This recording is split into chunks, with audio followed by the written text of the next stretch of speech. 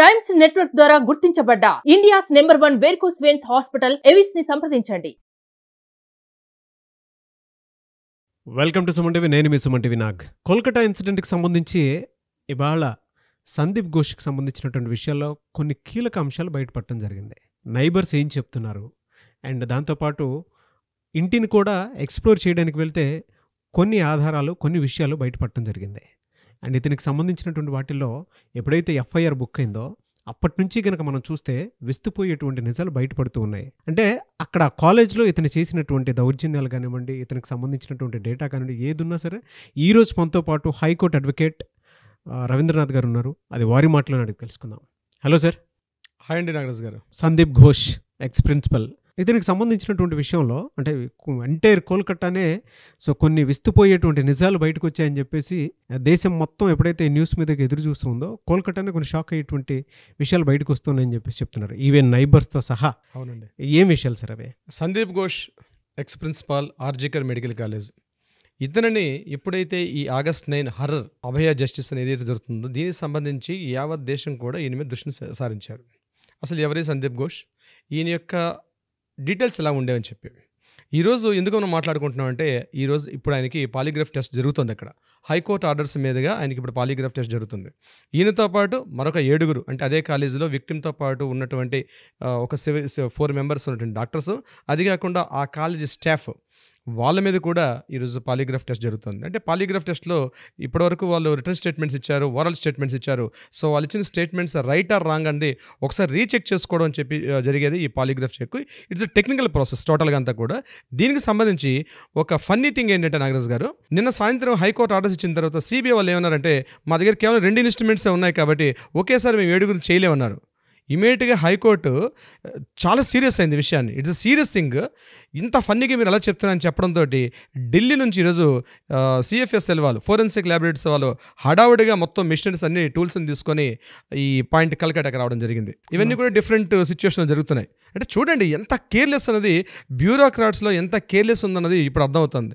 It's a very funny thing sir. అంత సీరియస్నెస్ని ఎంత ఈజీగా తీసుకుంటుంది, సిబిఐ కూడా సిల్లిగా తీసుకుంటుంది. సో దీని వెనకాల ఎవరో కారణాలు ఉన్నాయి. అయితే ముందుగా మనం సందీప్ ఘోష్ విషయానికి వచ్చినట్లయితే, మనం మాట్లాడుకున్నట్లయితే సందీప్ ఘోష్ యొక్క క్యారెక్టర్ ఎలా ఉంటుంది. ఇక్కడ సందీప్ ఘోష్ 2 రకాల నేరారోపణలు ఎదుర్కొంటున్నాడు. ఒకటి, ఈ విక్టిమ్ ఏదైతే తన కాలేజీలో జరిగినటువంటి సంఘటనకు సంబంధించింది ఒకటైతే, మరొకటి ఇతను ఆర్థిక నేరారోపణలు, అంటే ఇతను చేసిన ఆర్థిక అవకతవకలు. ఆ కాలేజీలో ఇతను ఒక ప్రిన్సిపాల్గా ఉంటూ తను చేసిన ఆర్థిక ఆరోపణల మీద కూడా నిన్న ఈవినింగ్ ఎఫ్ఐఆర్ నమోదైంది. ఈ ఎఫ్ఐఆర్ని ఇచ్చినటువంటి అంటే ఇతని మీద కంప్లైంట్ చేసిన వ్యక్తి అతని పేరు అఖ్తర్ అలీ ఆల్రెడీ 2023 ఇతని మీద కంప్లైంట్ చేసినప్పుడు విజిలెన్స్ వాళ్ళకి, అంటే మమతా బెనర్జీ గవర్నమెంట్లో ఉన్న విజిలెన్స్ ఆఫీసర్స్కి అతను కూడా ఒక కీ పోస్ట్లో ఉన్నాడు. అతను డిప్యూటీ సూపరింటెండెంట్ ఇన్ని కాలేజీలో పనిచేసినప్పుడు ఈ ఆర్థిక అవకతవకల మీద ఒక క్లియర్ విజిలెన్స్కి ఇస్తే విజిలెన్స్లో వారు దాన్ని బుట్టదాఖలు చేశారు, దాన్ని పట్టించుకోలేదు. అయితే అగైన్ ఎప్పుడైతే ఈ కేసు రైజ్ అవుతుందో, పబ్లిక్లో డిమాండ్ పెరిగిందో, సందీప్ ఘోష్ మీద ఎఫ్ఐఆర్ నమోదైంది. ఎఫ్ఐఆర్లో కూడా కీలక అంశాలు బయటకు వస్తున్నాయి. ఎప్పుడైతే ఎఫ్ఐఆర్ నమోదు నిన్న సాయంత్రం, ఈరోజు మార్నింగ్ 9:30 ఆ ప్రాంతంలో టోటల్గా 14 ప్లేసుల మీద అటాక్ చేశారు సిబిఐలో నుండి యాంటీ కరప్షన్ బ్యూరో డిపార్ట్మెంట్ వాళ్ళు. 14 స్థానాల్లో, అంటే ఒకటి ఆర్జేకర్ మెడికల్ కాలేజ్తో పాటు ఎక్కడైతే మెడికల్ ఐటమ్స్ టూల్స్ ఎవడైతే సప్లై చేస్తారో దానికి సంబంధించిన 14 గోడౌన్స్, ఒక 13 గోడౌన్స్ మీద చేశారు. మరొకటి ఆయన హౌస్ మీద అటాక్ చేశారు. అయితే హౌస్ మీద అటాక్ చేసినప్పుడు కొన్ని కీలక అంశాలు బయటపడ్డాయి నాగరాజ్ గారు. మనకందరి మీడియా కథనాల ప్రకారం హౌస్లో కూడా కొంతమంది కాలేజ్ సర్టిఫికేట్స్ కొన్ని బయటపడ్డాయని, అంటే స్టూడెంట్స్ సంబంధించిన సర్టిఫికేట్స్ కాలేజీలో ఉండాల్సినవి ఇంట్లో ఎందుకు ఉన్నాయి అన్నది మీడియా కథనాల ప్రకారం తెలుస్తుంది. డీటెయిల్స్ మనకు ముందుకు వచ్చే అవకాశం ఉంది. ఇంకొకటి, కాలేజీలో కొంతమంది పొలిటీషియన్స్తో ఎన్నుకున్న సంబంధాలు, అలాగే ఒక డ్రగ్స్ రాకెట్కి సంబంధించిన కొన్ని కీలక ఆధారాలన్నీ కూడా హౌస్లో దొరికాయి. ఒక సెక్స్ రాకెట్ నడిచింది, ఒక డ్రగ్స్ రాకెట్ నడిచింది. దీనికి కొన్ని సంబంధించిన కొన్ని పేపర్ ఎవిడెన్సెస్ అన్నీ కూడా ఆయన ఇంట్లో దొరికినట్టు తెలిసింది. ఇప్పటికి కూడా అధికారికంగా వాళ్ళు నిర్ణయించలేదు, కానీ మీడియా కథనాల ద్వారా మనకు అందుతున్నటువంటి ఇన్ఫర్మేషన్. ఇక ఇతను చేసిన ఆర్థిక అవకతవకల విషయం వస్తే, ముందు ఈ వ్యక్తి ఎటువంటి వ్యక్తి, సందీప్ ఘోష్ అనే వ్యక్తి ఎటువంటి వ్యక్తి అని అంటే, 12 సంవత్సరాల క్రితం ఇతను బారాసాత్ అన్నటువంటి ఒక ఏరియాలో, కలకట్టాలో బారాసాత్ ఉంది, చాలా కాస్ట్లీ ఏరియా. ఆ ప్రాంతంలో ఇతను ఉండేవాడట సందీప్ ఘోష్. అప్పటికే ఆయన ఒక వైస్ ప్రిన్సిపాల్గా అట్లా పనిచేసేవాడు, ఒక డాక్టర్గా. అయితే 12 సంవత్సరాల క్రితం జరిగిన సంఘటనని ఆయన ఇంటి పక్కన ఉంటున్న కొంతమంది నైబర్స్ మీడియాతో పాల్పంచుకున్నారు, కొన్ని విషయాలు చెప్పారు. ఇతను చాలా క్రూయల్ మెంటాలిటీ వాడని, అదే కాకుండా తన భార్య గర్భవతిగా ఉండి తన డెలివరీ అయిన తర్వాత తన భార్య స్టిచెస్ అని సిజేరియన్ చేసినప్పుడు స్టిచెస్ ఉంటాయి, స్టిచెస్తో మంచం మీద ఉన్నప్పుడు గట్టిగా ఇంట్లో ఆర్గ్యూస్ వచ్చేవాట, గొడవలు బాగా గట్టిగా కొట్టుకుండేవారట. ఇరుగు పొరుగు వాళ్ళందరూ కూడా కలిసి రావడానికి ప్రయత్నిస్తే ఇది నా పర్సనల్ విషయం, మీరు ఇక్కడ లోపల రావడానికి వీళ్ళని చెప్పి బయటకు నెట్టేశాడు. ఇట్లా చాలాసార్లు రాత్రి పగలు భార్యాభర్తల మధ్య చాలా గొడవలు జరిగేవాట.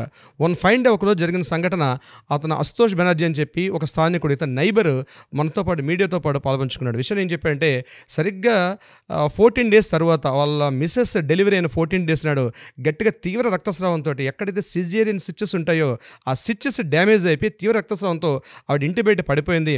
మేమందరూ ఎంటర్ మా అపార్ట్మెంట్ వాసందరం ఆమె దగ్గరికి వెళ్ళి ఆమెను తీసుకుని మేము హాస్పిటల్ అడ్మిట్ చేసాం. ఈ క్రూయల్ పర్సన్ హాస్పిటల్కి కూడా రాలేదు. అంటే ఒక క్యారెక్టర్ని అసాసినేట్ చేస్తూ మనకు కొందరు మీడియా కథనాలు పరిగెత్తుకుంటూ వెళ్ళిన మీడియా వాళ్ళకి చెప్పినట్టు ఆన్సర్స్ ఇవన్నమాట. అంటే అతని యొక్క క్రూయాలిటీ, ఆ భార్య అంత దయనీయ స్థితిలో కుట్లు అంటే స్టిచెస్ రిమూవ్ అయిపోయినప్పుడు కూడా ఆవిడంత దయనీయంగా అక్కడ రక్తస్రావం కలుగుతున్నప్పుడు కూడా పట్టించుకోలేదు. ఎగ్జాక్ట్లీ డెలివరీ అయిన 14 days జరిగిన సంఘటన అని చెప్పి ఆ సంఘటన గుర్తు చేసుకుంటూ అశుతోష్ బెనర్జీ అని చెప్పినటువంటి ఈ వార్త. ఇదే కాకుండా ఈ వార్తను మేము కూడా చూసామని చెప్పి అదే అపార్ట్మెంట్ అసలు ఎప్పుడు కూడా పాలుపంచుకున్నారు. అంటే సందీప్ ఘోష్ అనే వ్యక్తి ఎటువంటి వ్యక్తి అని చెప్పడానికి ఇవన్నీ కూడా మన కీలక ఆధారాలు. ఇది ఒక పార్ట్ అయితే, ఇక మన ఎఫ్ఐఆర్ అవినీతి నిరోధక శాఖ వాళ్ళు ఈయన మీద ఎంక్వైరీ చేసే ముందు అలీ చేసినటువంటి తీవ్ర నేరారోపణలు ఈ కాలేజీలో ఒక 32 క్వశ్చన్స్ చేస్తూ ఇచ్చాడు. ముఖ్యంగా ఇంటరాగేషన్లో ఒకటి వెలుగులోకి వస్తున్నాయి. ఇప్పుడు ధైర్యం చేసి స్టూడెంట్స్ కూడా బయటకు వచ్చారండి. It's a key point. ఎప్పుడైతే ఎఫ్ఐఆర్ నమోదైందో ఇప్పటివరకు భయభ్రాంతులకు గురైనటువంటి ఆ కళాశాల ఆ కాలేజీ స్టూడెంట్స్ అందరూ కూడా మెల్లగా ఒకరు వచ్చి నోరు విప్పుతున్నారు, మాట్లాడుతున్నారు. ఇందులో ఒక స్టూడెంట్ మాట్లాడుతూ చెప్తున్నాడు, అమ్మాయిల్ని మా కలీగ్స్ని అక్కడ ప్రొఫెసర్స్ దగ్గరికి, అదేవిధంగా కొంతమంది పొలిటీషియన్స్కి ఇన్ఫ్లుయెన్స్డ్ పర్సన్ దగ్గరికి పంపించేవాడు. అట్లా వెళ్తే కానీ మార్క్స్ వెయ్యమని చెప్పి కూడా వాళ్ళని భయపెట్టేవాడు. బహుశా ఇట్లాంటిది ఏదో సంఘటన జరిగింది, ఆ సంఘటన ఈమె గురైంది. ఎవరు ఇప్పుడు మనం అనుకున్నటువంటి విక్టిమ్ గురైంది కాబట్టి ఏదో 2 వారాల నుంచి వాళ్ళ పేరెంట్స్ చెప్పారు, 2 వారాల నుంచి మా అమ్మ ఏదో తీవ్ర మానసిక వేద గురైంది, అసలు కాలేజీకి వెళ్ళనని చెప్పేది అని ఒక మాట చెప్పడానికి ఇక్కడ స్టూడెంట్స్ చెప్తున్నారు. మా కాలేజీలో సర్వసాధారణం అండి, ఒప్పుకుంటారు మా గర్ల్స్ అందరూ కూడా, అలా చేయకపోతే మేము మీకు మార్క్స్ వేయించి బెదిరిస్తారు. సో మా సర్టిఫికేట్స్ని వాళ్ళ చేతిలో ఉంటుంది, మా కెరీర్ వాళ్ళ చేతిలో ఉంటుంది, ఆ ఉద్దేశంతో మేము వెళ్ళాల్సి వస్తుంది అని స్టూడెంట్స్ ఈరోజు అందరూ కూడా బయటకు వచ్చి మీడియా ముందు మాట్లాడుతూ కనిపిస్తున్నారు. ఇది ఒక ఆధారం మనకు దొరికింది. ఇది కాకుండా ఇంకా భయంకర నిజాలు కొన్ని మీడియా ముందు వాళ్ళు వెలగక్కడం జరిగింది. స్టూడెంట్స్ అందరూ కూడా ఈ కాలేజీలో అవయవాల యొక్క ట్రాఫికింగ్ అంటే ఆపరేషన్ థియేటర్కి వెళ్ళేటప్పుడు ముఖ్యంగా అనాథ శవాలయాలు కానీ ఎవరు లేనటువంటి శవాలు వచ్చినట్లయితే వాళ్ళ ఇంటర్నల్ ఆర్గన్స్ అని చెప్పి వాళ్ళ ఇంటర్నల్ ఆర్గన్స్ స్మగ్లింగ్ చేసేవారట. ఇది కాకుండా కావాలని వాంటెడ్లీ హాస్పిటల్లో కొన్ని క్రూషియల్ సర్జరీస్ చేసేటప్పుడు అవి కూడా ఇతనికి ఇంకా లైఫ్ లేదని చెప్పి అవయవాలను కూడా బంగ్లాదేశ్ మీదుగా చైనాకి సరఫరా. ఎందుకంటే చైనాలో హ్యూమన్ ఆర్గన్స్ చాలా డిమాండ్ ఎక్కువ ఉండే నాగరాజు గారు. ముఖ్యంగా మనకి ఎగ్జాక్ట్లీ ఇది సీషోర్ దగ్గరగా ఉంటుంది, దగ్గరగా చైనా ప్రాంతానికి వెళ్ళడానికి అవకాశం. సో ఇక్కడ నుంచి మీరు దీని ఎంక్వైరీ ఇక్కడ ఆపేయకుండా దీన్ని ముందుకెళ్ళగలిగితే ఆర్జే గారి యొక్క నగ్న సత్యాలు చాలా బయటకు వస్తాయి. ఇది గడిచిన ఒక దశాబ్ద కాలంగా ఇవి జరుగుతూనే ఉన్నాయి.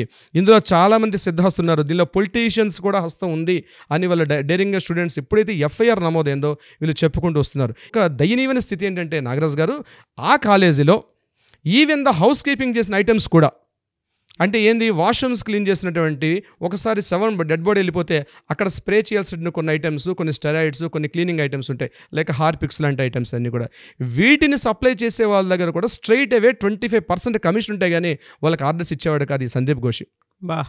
ఇంతకన్నా దయనీయం ఇంకేముంటుందండి. అంటే హౌస్ కీపింగ్ ఐటమ్స్ మీద కూడా అంటే ఇంక మీరు అర్థం చేసుకోండి, ఒక హాస్పిటల్లో ఎన్ని రకాల ఎక్విప్మెంట్స్ ఉంటాయి, మెడిసిన్స్ ఉంటాయి, సర్జరీ ఐటమ్స్ ఉంటాయి, గ్లౌస్ ఉంటాయి, సిరింజ్లు ఉంటాయి, ఇంజెక్షన్స్ ఉంటాయి, ఎమర్జెన్సీ మెడిసిన్స్ కొన్ని ఉంటాయి. ఇట్లాంటి ప్రతి ఐటమ్ మీద కూడా 20% స్ట్రైట్ అవే కమిషన్ ఉంటుంది. ఇది కాకుండా మెయిన్ ఎక్కడెక్కడైతే కీ పోస్టులు ఉంటాయో ఆ పోస్టులో తన నెపోటిజం చూపించుకునేవాడు, తనకు అనుకూలంగా ఉన్న వ్యక్తులు, తనకు కాస్త సంబంధించిన వ్యక్తులు, తనకు ఎవరైతే సపోర్ట్ చేస్తారో వాళ్ళని మాత్రం ఆ కీ పోస్టులో పెట్టేవాడు. అట్లాంటిదే ఈ సంజయ్ రాయ్ని కూడా ఒక కీ పోస్ట్గా వాడుకున్నాడు. సంజయ్ రాయ్ని ఎవరైతే మనం అక్యూజ్డ్ చెప్తున్నాం, ఇతన్ని కూడా అట్లానే వాడుకున్నారు. ఈ ఒక్క సోషల్ వర్కరే కాదు, సివిక్ వర్కర్ ఒక్కడే కాదు, ఇందులో చాలామంది సివిక్ వర్కర్స్ ఈయనకు అనుకూలంగా ఉండేవారు. అంటే ఇదొక తెలియకుండానే ఒక స్మగ్లింగ్ మాఫియాగా ఉండేది ఆర్జీకర్ మెడికల్ కాలేజ్. ఎప్పుడైతే ఈ సంఘటన జరిగింది కాబట్టి బయటకు వచ్చింది, కానీ ఇట్లాంటి సంఘటనలు చాలా జరిగాయి. సందీప్ ఘోష్ అందుకనే కావాలని వాంటెడ్లీ వేరే కాలేజీలకు వెళ్తున్నప్పుడు కూడా, ముర్షిదాబాద్ మెడికల్ కాలేజీకి వెళ్ళినప్పుడు కానీ, కలకట్టా నేషనల్ మెడికల్ కాలేజీకి వెళ్ళేటప్పుడు కూడా మరలా రీపోస్టింగ్ చేసుకొని ఇదే కాలేజీకి సందీప్ ఘోష్ రావడం వెనకాల చాలా క్రూయల్టీస్, చాలా ఇన్ఫర్మేషన్స్ ఆయన దగ్గర ఉన్నాయి. కాబట్టి ఇమీడియట్గా మమతా బెనర్జీ డిపార్ట్మెంట్లో వైద్య ఆరోగ్య శాఖ మంత్రిగా బహుశా ఆవిడ ఇక్కడ పోస్టింగ్ చేసింది అని అనడంలో ఎటువంటి డౌట్ అయితే లేదండి. చాలా ఏళ్ల నుంచి ఉన్నటువంటి కాలేజ్ కదండి. దీనికి సంబంధించినటువంటి వాటిల్లో సరే ఏదైనా యూనివర్సిటీలో ఒక పర్సన్ వెళ్తున్నారు అని అంటే వైస్ ఛాన్సలర్ దగ్గర నుంచి అందరూ సిగ్నేచర్ పెట్టి ఇదైతే తప్ప రాదు. ఈవెన్ పొలిటికల్ ఇన్ఫ్లుయెన్సెస్ కూడా కొంత ఉండే అవకాశం ఉందనేది దీని ద్వారానే మనకు తెలుస్తుంది. Exactly sir, exactly. అన్ఫార్చునేట్ గతంలో ఆవిడ లెటర్ రాసింది కూడా బయటికి రావడం జరిగింది కదా. ఒక 2 years బ్యాక్ ఇదే మమతా బెనర్జీ ఆయనకి 2022లో ఈయనకి బర్త్డే విషెస్ చెప్తూ ఒక లెటర్ రాశారు. ఒక సీఎం పోస్ట్లో ఉన్న వ్యక్తి ఒక బ్యూరోక్రాటిక్ లెటర్ రాయడం అనేది బహుశా జరుగుతుండొచ్చేమో కానీ ఇప్పుడు జరిగింది కాబట్టి బయటకు అంటే ఎంత ఇంటిమసీ ఉంది వాళ్ళిద్దరి మధ్య. డైరెక్ట్గా సీఎం క్యాంప్ ఆఫీస్లోకి సీఎంతో ఇంటరాక్ట్ అయ్యే ఇంటిమసీ ఉన్న వ్యక్తిగా కనిపిస్తున్నాడు ఈరోజు మనకి సందీప్ ఘోష్ అనేవాడు ప్రజల ముందు కనిపిస్తున్నాడు. అంటే ఆఫ్టర్ ఆల్ కాలేజ్ ప్రిన్సిపాల్ అండి, ఒక గవర్నమెంట్ మెడికల్ కాలేజ్ యొక్క ప్రిన్సిపాల్. ఈయన పైన చాలా సుపీరియర్స్ ఉంటారు. ఒక సీఎంతో మీట్ అవ్వాలంటే, కాంటాక్ట్ అవ్వాలంటే వాళ్ళందరి బ్యారియర్స్ని పక్కకు పెట్టి స్ట్రైట్ అవే ఒక సీఎంతో ఇంటిమసీ ఉన్నంత చనువు ఉంది. సో దీని వెనకాల ఖచ్చితంగా చాలా పెద్ద హస్తాలు ఉంటాయి. అయితే ఈ విషయం వల్ల మనకు తెలిసిన మరొక విషయం ఏంటంటే నాగరాజ్ గారు, కలకట్టా వెస్ట్ బెంగాల్లో ఒక కలకట్టా పరిసరాల్లోనే 48 గవర్నమెంట్ మెడికల్ కాలేజెస్ ఉన్నాయి. ఈరోజు ఆర్జికర్ మెడికల్ కాలేజ్ ఒకటి మనకు కనిపిస్తున్నప్పటికీ కూడా అట్లీస్ట్ ఈ న్యూస్ ద్వారా అయినా మిగిలిన మెడికల్ కాలేజీలు ఇంక ఇన్ని మెడికల్ కాలేజ్ ఇందులో ఇటువంటి యాక్టివిటీస్లో ఉన్నారు, ఈ అసోసియేషన్లో ఉన్నారు. ఎంత పెద్ద మాఫియా నడుస్తుంది, ఎంతమంది స్టూడెంట్స్ యొక్క లైఫ్ ఉందండి. ఇంకా ఈ సంఘటన జరిగిన తర్వాత కంప్లీట్గా ప్రొహిబిట్ చేశారు ఆర్జికర్ మెడికల్ కాలేజ్ మొత్తాన్ని కూడా. కంప్లీట్ సిఆర్పిఎఫ్ దళాలు పూర్తిగా వచ్చేసి ఈ యొక్క పేషెంట్స్ అందరినీ వేరే హాస్పిటల్ షిఫ్ట్ చేశారు. August 30 వరకు ఇటువంటి ఇక్కడ మెడికల్ సంబంధించిన ఎటువంటి లావాదేవీలు చేయకూడదని స్ట్రైట్ అవే మనకి హైకోర్టు కూడా ఆర్డర్స్ ఇచ్చింది. చూడండి ఎంత న్యూసెన్స్ క్రియేట్ అయింది ఒక మనిషి చేసినటువంటి ఈ యొక్క డ్యామేజ్ వల్ల. సో నేనేమంటున్నానంటే ఈ 48 కాలేజీల మీద కూడా హైకోర్టు ఇప్పటికైనా సత్వర చర్యలు తీసుకొని వాటి మీద కూడా ఒక నిఘా పెడితే ఇంకా రావాల్సిన చాలా విషయాలు బయటకు వస్తాయి. ఇంకా దాక్కున్న మూల దాక్కున్న చాలా మంది బయటకు వస్తారండి. మాఫియా ఒకటి బయటకు వచ్చేది ఉంది. ఒక్క వెస్ట్ బెంగాల్లో ఒక మాఫియా జరుగుతుంది. ముఖ్యంగా కలకట్టా అంటేనే, వెస్ట్ బెంగాల్ అంటేనే చాలా వరకు సెక్స్ వర్కర్స్ ఉన్న ప్లేస్. మనం బహిరంగంగా చెప్పొచ్చు నాగరాజు గారు, అందరికీ తెలిసిన విషయమే. వెస్ట్ బెంగాల్ అంటేనే అది ప్రత్యేకంగా గవర్నమెంట్ మెడికల్ కాలేజ్ హాస్టల్స్లో, అటు బాయ్స్ హాస్టల్ అయితేనేమి, ఉమెన్స్ హాస్టల్ అయితేనేమి, ప్రతి చోట బయట నుంచి అమ్మాయిలను తీసుకొచ్చి స్టూడెంట్స్ దగ్గర ఛార్జెస్ చేసుకుంటూ ఆ రకమైన యాక్టివిటీస్ ఒక బ్రోతల్ హౌస్ లాగా తయారు చేసేది సందీప్ ఘోష్ అనే వ్యక్తి ఈ కాలేజీలో. చెప్పుకుంటూ పోతే ఇట్లాంటి చాలా ఉన్నాయి నాగరాజు, మనకు బహుశా సెషన్ సరిపోదేమో, మన ఆడియన్స్ బోర్ కొడుతుంది చెప్తూ ఉంటే. అంటే పెట్టారండి కొన్ని టైటిల్స్ తోటి బాంబ్ షెల్ అలిగేషన్స్ అయితే ఇతని మీద ఉన్నాయి అని. అంటే చూడండి ప్రతి ఒక్కరికి షాకింగ్ గా ఉండేటువంటి విషయాలే, విస్తుపోయేటువంటి విషయాలే బయటపడుతున్నాయి. మరొక విషయం అండి, ఒక్కొక్క దాంట్లో నేను చదివాను, బాంబ్ షెల్ అలిగేషన్స్ ఒక్కొక్కటి బయటపడుతూ ఉన్నాయి వీటికి సంబంధించినటువంటిది. అండ్ కొన్ని చోట్లయితే దీనికి సంబంధించి పూర్తి డేటా వచ్చేంత వరకు పాలిగ్రఫీ టెస్ట్ కూడా వెళ్ళిపోతున్నారు కదా. చిన్నపిల్లల్ని నాగరాజు గారు, చిన్నపిల్లల్ని హాస్పిటల్లో డెలివరీ అయినటువంటి బెడ్ మీద డెలివరీ అయితే వితిన్ అవర్స్లో ఆ పాప అమ్మాయి ఎవరైతే డెలివరీ చేసినటువంటి గర్ల్, ఆ ఉమెన్ ఏదో ఒక స్పృహలో ఉంటే ఇంక రాకుండా ఆ యొక్క అనస్థీషియాలు ఉంటుంది ఆవిడ, ఇమీడియట్గా పిల్లల్ని కూడా మాయం చేసే సంఘటనలు, అనేక సంఘటనలు ఇదే ఆర్జికర్ మెడికల్ కాలేజ్ జరిగాయి. అయితే అక్కడ సిపిఎం కమ్యూనిటీ పార్టీస్ కావచ్చు, వీళ్ళందరూ కూడా కావచ్చు, చాలా మనంత అవేర్నెస్ అనేది వెస్ట్ బెంగాల్ చాలా తక్కువ అండి. ఎందుకంటే పొలిటికల్ ఇన్ఫ్లుయెన్స్ ఎక్కువ ఉంటుంది. మీకు తెలుసు ఒక షాజహాన్ కేసు కూడా మీకు తెలుసు, మొన్న ఇదే మమతా బెనర్జీ గవర్నమెంట్లో అక్కడ ఒక మాఫియా నడుస్తుంటుంది, ఒక రౌడీ రాజ్యం వెళ్తూ ఉంటుంది. కానీ ఈరోజు ఎప్పుడైతే హైకోర్టు ముందుకు వచ్చిందో, సుప్రీంకోర్టు వాళ్ళు ఎప్పుడైతే ముందుకు వచ్చారో ఒక్కొక్క విషయాలు బయటకు వస్తున్నాయి. ఇట్లాంటి సందీప్ ఘోష్ చాలామంది వెస్ట్ బెంగాల్ ఉన్నారు. నాట్ ఓన్లీ వెస్ట్ బెంగాల్ అని చెప్పట్లేదు, బహుశా ఎక్కడెక్కడే దేశవ్యాప్తంగా ఉన్నారో ఇప్పటికైనా అలర్ట్ అవ్వాల్సిన అవసరం అయితే ఉంది నాగరాజ్ గారు. నో డౌట్ అండి, డెఫినెట్గా అలర్ట్ అవ్వాల్సిన సమయం వచ్చేసింది. దాంతోపాటు ఇందులో చాలా హస్తాలు ఉన్నాయనేటువంటి దాని మీద ఒక్కొక్కటి బయటపడుతూ ఉన్నాయి. ఈ బాంబ్ షెల్ అలిగేషన్స్ వాటికి సంబంధించింది కూడా ఏవేవైతే ఉన్నాయో వాటికి సంబంధించినటువంటి వాటిల్లో కూడా క్లారిటీ వచ్చే అవకాశం ఉంది. ఎప్పటికప్పుడు మనం కూడా ఆడియన్స్తో పాటు ముందుకు వెళ్తూ ఉందాము, వాళ్ళకు కూడా ఇట్లాంటి అప్డేట్స్ ఇస్తూ ఉందాము. అంటే మనల్ని నమ్మే చాలా మంది అప్డేట్స్ చూస్తూ ఉన్నారు. So special thanks to them and thank you so much అండి. థ్యాంక్ యూ నాగరాజ్ గారు. సుమన్ టీవీలో మీ పర్సనల్ అండ్ బిజినెస్ ప్రమోషన్స్ కోసం కింది నెంబర్కి కాంటాక్ట్ చేయండి.